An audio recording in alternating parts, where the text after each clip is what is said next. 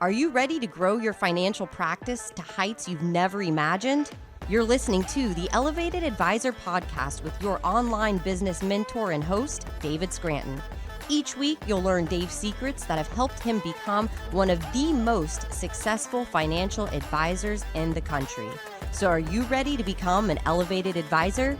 The Elevated Advisor podcast starts now. Welcome to the Elevated Advisor podcast. I'm David Scranton. If you're a financial advisor who runs your own office and maybe has a few employees that help you out, but you've thought about, should I build a bigger organization? Should I build a multi-advisor practice so I can become more the CEO of my business versus in the saddle every day on the treadmill seeing clients? And you're trying to decide if it's for you or not. Well, what today's guest has to say, I think might just be helpful. And it's my good friend, Greg Greenberg. I met Greg in Investment News being interviewed by him out of their studio. Greg is a writer for Investment News. And does that alone make him an expert in this topic? No. But what does make him an expert is, as such, he's interviewed tons of business owners, CEOs, and industry leaders, and really has a good feel, I believe, for the characteristics of what makes really a successful business leader, a successful CEO, from someone who's more of a self-employed person versus running a big business. So, Greg, after that lengthy introduction, thanks for being here. It's good to have you on the show. Thanks a lot for having me, David. Very excited to be here. You were on my show. Now I'm on your show. It's going to be a whole lot of fun. I'm in the hot seat today. I'm in the hot seat, David. You're in the hot seat. That's right. I'll go easier on you than you went on me. I promise, So when you talk to people that are CEOs of financial companies, and it doesn't have to be investment advisory firms, but even if they're CEOs of mutual funds, mutual fund families, publicly traded companies, what are some of the characteristics that you see in common with them? Well, just to give you a little bit of background about myself is for the last 3 or so years, I've been with Investment News, and I interview a whole lot of folks from the financial industry, RIAs, mutual funds, investment banks. Prior to that, I spent about 15 years working for TheStreet.com, Jim Cramer's outfit, where I was known as the interview guy, and I interviewed a whole lot of CEOs, not just from the financial arena, but across the board. So I interviewed folks from, Jack Welch to the Wolf of Wall Street. I've interviewed everybody in between. A lot of people say I'm the most famous person that nobody's ever heard of because I'm extremely Googleable. If you look me up, you'll see me interviewing someone famous. So there's a lot of different ways when it comes to the interviews I've done. I've interviewed a lot of different types of managers, some, very straight by the book like Jack Welch, and others maybe have a little bit of a softer side to them. At least that's what they portray to the public. Some are more effective, and it's a matter of what's best for that particular organization and what's most natural for that particular leader, in my opinion. Right.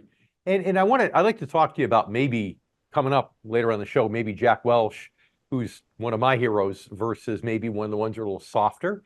But first of all, I'm sure they have some things in common, right? And that's why I wanted to talk with you today about this, because this isn't why you interviewed people, right? I know you interviewed me when I was on the front of Investment News, right? So you interviewed me about what I've done, my history and everything.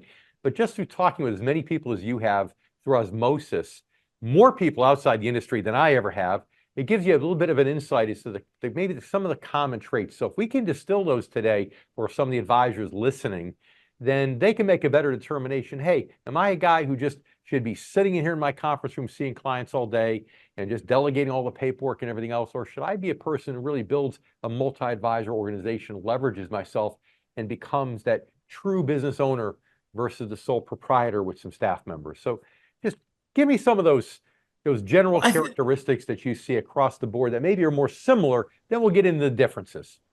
I think one of the most important things is being detail-oriented. So there's an old Yiddish saying God is in the details. And I think that's true. Most of the folks that I've spoken with on camera and off, they really have a good idea of where the numbers are. So, once again, I worked for a long time with Jim Cramer. That guy has a photographic memory. He knew where all the numbers were. And it's very similar to when I speak to either was the CEO of a Fortune 500 company or someone who owned, their own financial advisory shop. As long as they know where the numbers are and of their particular firm, they have a good handle on it. So I think having a good awareness of the details is very important. Yeah, so and that might be surprise some people. Some people might be thinking, well, the leader should be a visionary, should be this, should be that. And while some of those things are true, you have to know where the money is. But see, here's the thing. There's a lot of people. Let's take Richard Branson, right? He's dyslexic, right? So he's not the one doing his accounting, but yet he knows where his company is, right? He has people behind him.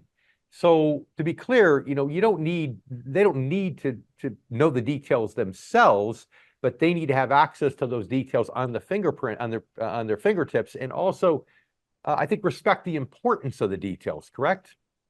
I think that's a great point. Look, a good manager has to be able to delegate. However, they really also need to know what's going on in their firm. So one of my toughest interviews was with Hank Greenberg, the former CEO of AIG. Guy scared the crap out of me. And when he was forced out of the company, and he's your uncle, right, Greg? I wish I wouldn't be talking to you. I would be in a much bigger apartment, having my own network. But anyway, he grew AIG into the mammoth company that it became. However, when he was forced out, all of a sudden the details got away from everybody, which is why eventually they had that whole big accounting scandal, which ultimately almost led to the collapse of the company.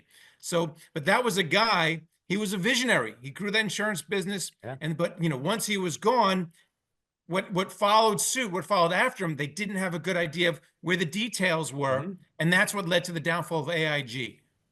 Well, and was it Reagan who first said, trust but verify, right?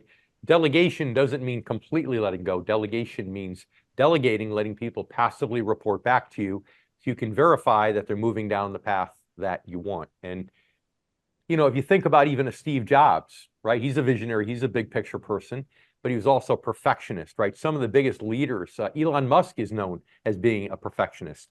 So that's another form of detail orientation. It's not just knowing the numbers, it's being a stickler for the quality control of your product, your output. Why? Because, hey, this is your company, your name's on the door, so to speak.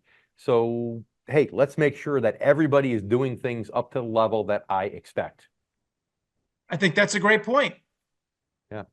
And it's funny, you say the details because you first took me off guard, but no more than I took a prospective advisor I had in a recruiting meeting about 10 years ago off guard when we're talking about all of our systems, all the things we do to help financial advisors grow. And he said to me, so what's the one commonality for those that aren't successful with your systems? And I really had to be thoughtful about it. So I sat back. There was an awkward period of silence. I'm thinking about it. And I said, the most successful people in our systems are detail-oriented. I even surprised myself with that answer, right? And yet, and he said, what do you mean? And I said, well, some salespeople especially run off, for lack of a better way to put it, half-cocked and say, hey, okay, I get the gist of what he wants me to do, and they run off and they try to emulate it because maybe they trust their gift of gab, maybe they're a little attention deficit disorder, ADHD, right? So they run off trying to execute it without getting the details straight, and they often fall flat on their face. So it's interesting to hear you say that because, again, I found myself saying that in this recruiting interview just maybe 8 or 10 years ago myself. So, okay, we got detail orientation. That's one, right? Which has a bunch of different tentacles to it. What else do you see out there when you see those company leaders that are characteristics that are common? I think curiosity is also very important. I love it when someone comes on my show and they know a little bit about me. They've done a little bit of homework. They've watched some of my videos in the past, or I wrote a movie. They may have seen the movie. They may know where I went to college. I think it's important that they show interest. So they're not just coming in cold, and as you said, just kind of rely on their natural gift of the gab to try and fake it through. So I think having an interest in other people and a natural curiosity also helps. And it shows that, they have an interest in you and they have an interest in the employees. And I think that's where it kind of plays out. So you can be a tough boss and demand you get the numbers, which is what a Jack Welch will certainly do, or Jack Welch type. But when someone walks the halls and they ask an employee what they do, or, tell me what you've been up to lately, and they show a general curiosity, that makes the employees feel good. Yeah. And it also will feed back into the way the place is run, so that the employees know that they're being heard and that seed is planted in that CEO. It's all culture, yeah. It's funny, you first said curiosity, and I was thinking curiosity for different ways to grow, new initiatives, and I was thinking Well, how about caring about your team members, your managers? And then you morph to that. So I'm glad you were including that in curiosity. I'm a morpher. I morph. Because think about Sam Walton, right? Sam Walton would go in the stores, walk around in his later years and meet people, introduce himself. People would be nervous, half pooping themselves thinking, oh my goodness, this is Sam Walton. But he put his pants on one leg at a time, just like everybody else. And I think that's important because to me, a good leader has to care about your people, right? I love the book by John Maxwell, right? 5 Levels of Leadership. And they talk about as you go up and, the first 3 are pretty basic, but level 4 is when you make other leaders, and level 5 is when you teach other leaders to create leaders. And you can only do that if you care about them. People need to feel like you really care about their well-being, and you can't fake that. You can't fake it at all. So as tough as a Jack Welch was, I believe with his numbers, he cared about his people. But I think I agree. I think he was smart enough to say, you know what, though, if this person isn't the right person to manage this department, then if I care about them, I'm not going to keep them here and have them be mediocre or miserable. I'm going to liberate them to be able to be in a place somewhere in the world, maybe within my company, maybe outside my company, where they can truly excel and be happy. I would agree with that too. Yeah. But I think that part of being, curious, if you will, goes to opportunities, right? Because also, if you got the blinders on too much, and you have too much, and I'm not picking on engineers, but too much of an engineering mentality where you got the blinders on, you're going down the path, that's a good quality because you don't get distracted with shiny objects, right? Financial advisors are famous for getting distracted with every single shiny object. They're like fish, right? The lure comes and, oh, they chase the lure. So whereas that's bad, you need to have focus.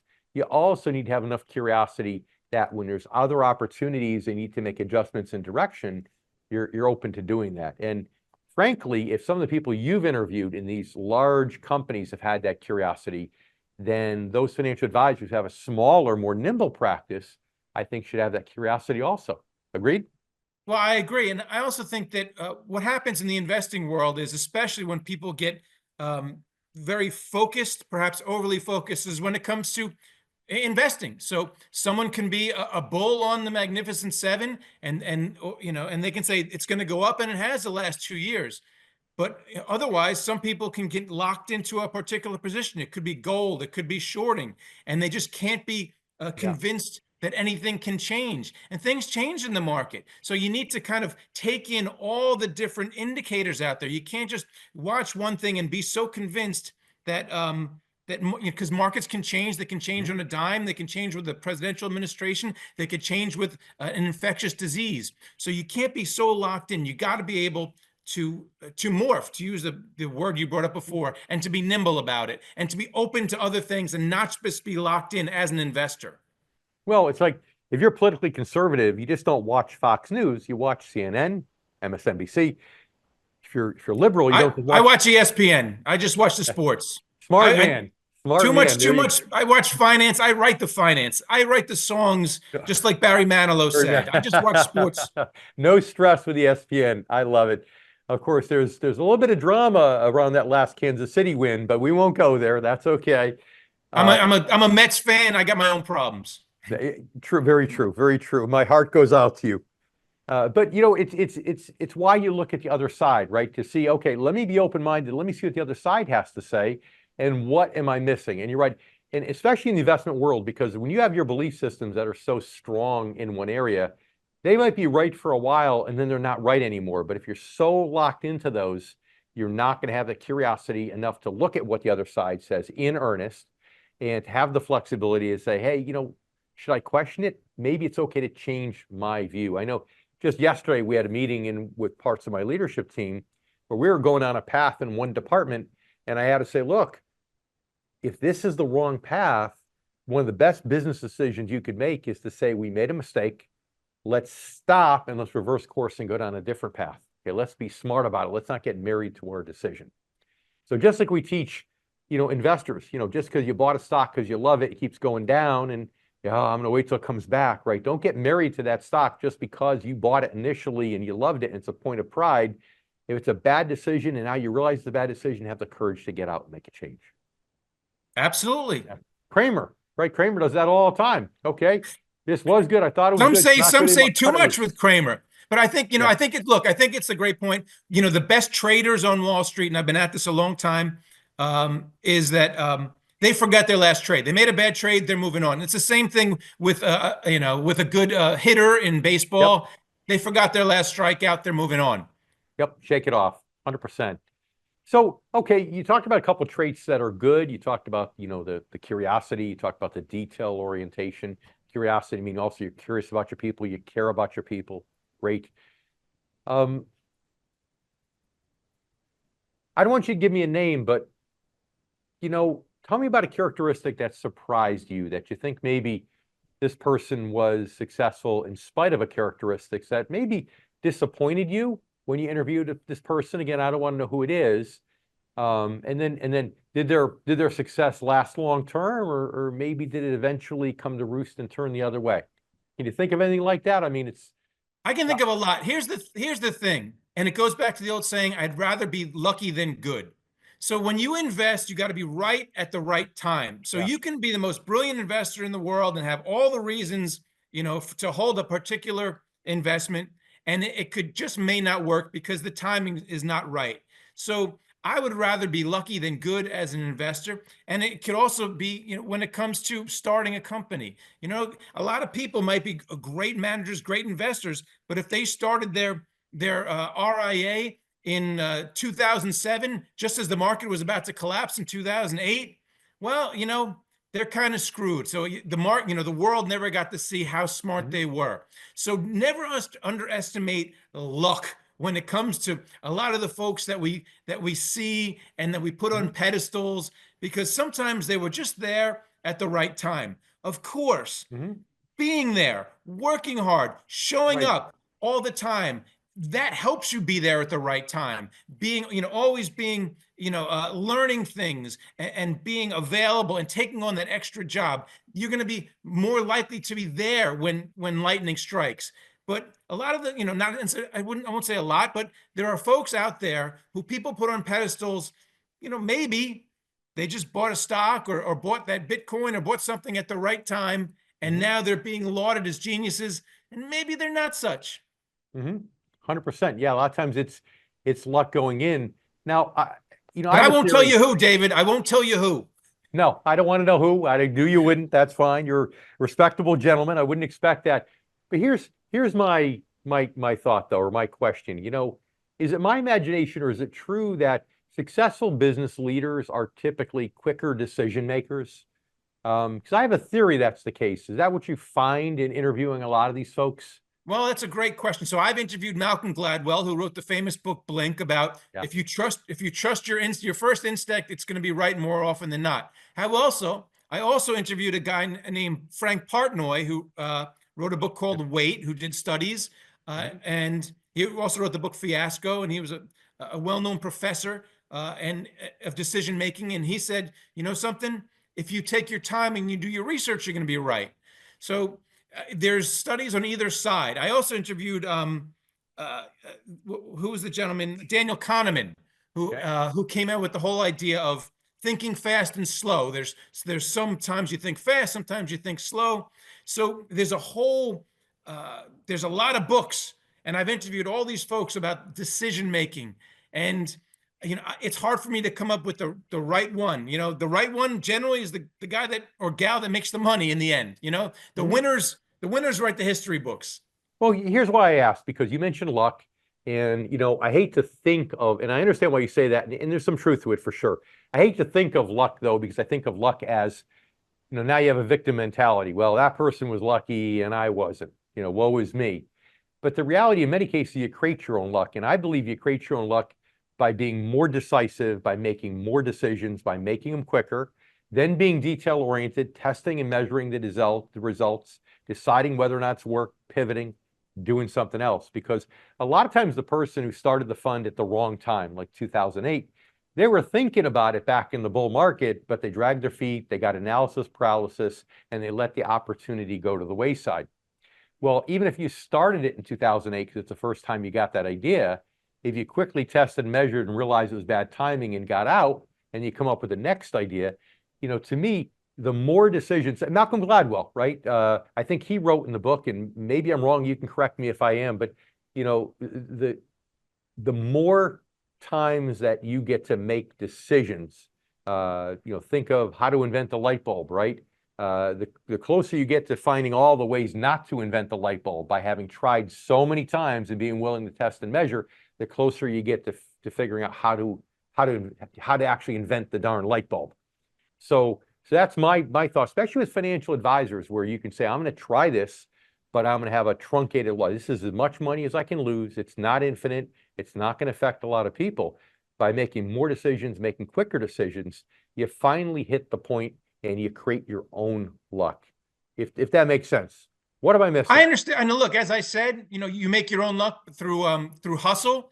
However, in this particular industry, the financial industry that you and I swim in, is if you start a fund in 2007 and it goes down in 2008, your track record is pretty bad. So when you go out to get the next client and he says, all right, let me see your track record, and you show it to him, he's going to say, I don't know, I want to go with you. So like I said, we have a very interesting, this might be particular to the financial industry, perhaps. Yeah.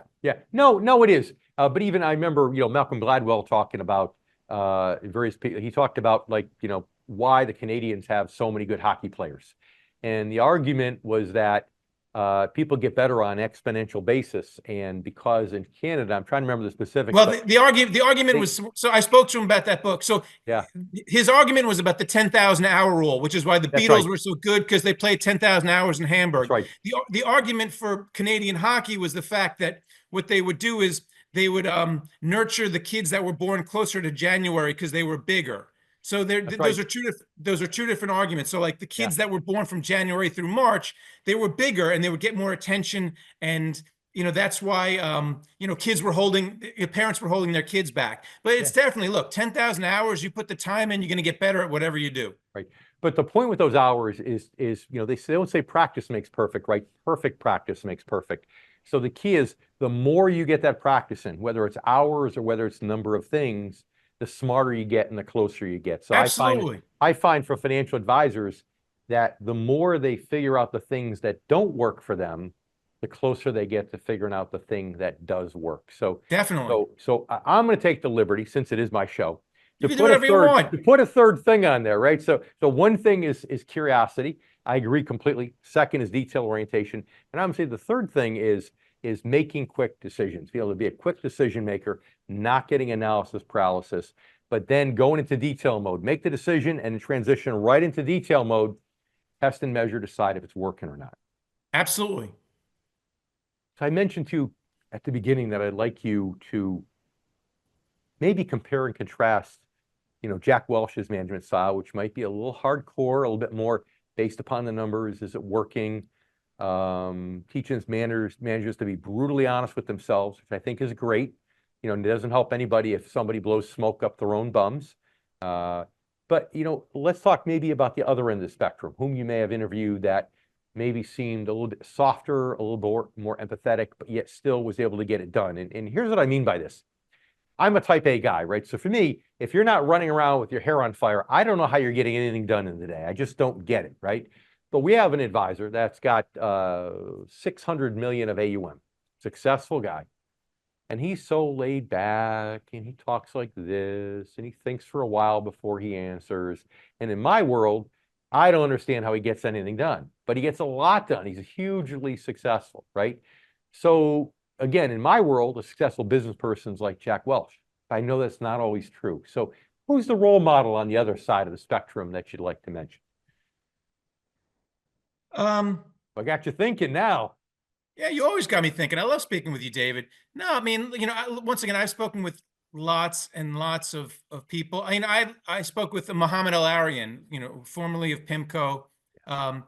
He is not a guy that's going to fly off the handle. He keeps his decisions. He's very measured in his decision making and his approach. And when he speaks, he doesn't waste words. So, I think there's a certain academic style, and there's nothing wrong with that. And once again, I think of too far in either direction is dangerous. Yeah. So, if someone is, you mentioned analysis paralysis, I totally agree with that. But there's a certain amount of, before you're moving too quickly, that you might want to ask your consigliere to say, you know, something is, am I moving too quickly? And you know what I mean? It's always good to check with someone close to you to make sure you're doing the right decision. And I think even Jack Welch or any CEO worth his salt will probably ask a trusted advisor before, you know, jumping into something. Well, Greg, that's a good point. I mentioned before, a lot of people who are financial advisors are a little bit of ADHD, right? And a little ADHD means ready, fire, then aim, right? So there is a happy medium. There's got to be enough of a moving forward where you're not getting analysis paralysis, but you've got to be thoughtful about it. And I guess as a business leader, the most important thing that I'd like to share with our advisors is that, look, know thyself, right? If you want to build a big business as an advisor, and even you want to grow beyond just yourself with a few staff members that you're not seeing all the clients, you have to know, okay, am I the detail-oriented person who maybe overanalyzes things, who needs a little push? Or am I the person who's ready, fire, aim, who maybe needs someone to hold them back, right? Because I'm the ready, fire, aim guy. So for example, the president of our company is more conservative, more detailed. He's a CPA by background. And sometimes I'm ready to jump, he's holding my feet. And he's probably saved me for a few disasters over the course of the year. So good point. The truth, as usual, lies somewhere in the middle. And the key is to know thyself. Also, one more thing is that what's very interesting about your particular business is that you can be the greatest fund manager in the world. You can pick stocks like no one else. However, you need to build your business. You need to have clients to have money so you can pick those stocks. So you need to be able to go out and ask for referrals. You have to have the self-confidence to go out there and speak publicly and ask for the order and bring in clients. So you need to be a salesman as well as someone who can, you know, deal with the numbers as well. So it's you need to be both types of people to be successful in your type of business. Of course, once you grow a business large enough, then you can just say, you know something, I like speaking to the people. I like bringing in the business. I'm going to throw it over my shoulder and give it to the guys to manage the portfolios because that's what they like to do. But for people starting out, which is why there's a huge amount of washout in the financial advisor, in the wealth management business. I mean, if you look at the business, people wash out all the time because they think, you know, hey, Merrill Lynch or whatever, Bank of America, they're just going to give me clients, I'll manage their money. That's not the way it is. You got to go and get those clients and manage their money. And then maybe when you get big enough, you can have someone in your organization do the money management. So it's a tough job that you do. Well, the most successful doctors financially aren't necessarily the best doctors, the best marketers of medical service. Those most successful attorneys are the best rainmakers, not necessarily the best technical attorneys. So in financial services, we have a lot of advisors that say, I'm not a financial advisor. I'm in the business of marketing financial services. And I think that's important. If you understand that you're in the business of marketing financial services, that's a great swing thought going in the front door. In fact, I will tell you, Greg, it's interesting myself. When I plateaued my first 8 years in the career and I was starving and I finally started to take off, this may be, you know, subconscious, but one of the things that right about the time I started to grow, I made a change. My tax return, it said occupation. I used to say financial advisor. My accountant said, you know, you're really getting commissions, right? So you really should say financial sales. And whether it caused it or not, but somehow subconsciously, when I had to put financial sales on my tax return, it clicked and I realized, ooh, I'm a salesman. I better learn how to sell and not be this detail-oriented technician. So Greg, good point as usual.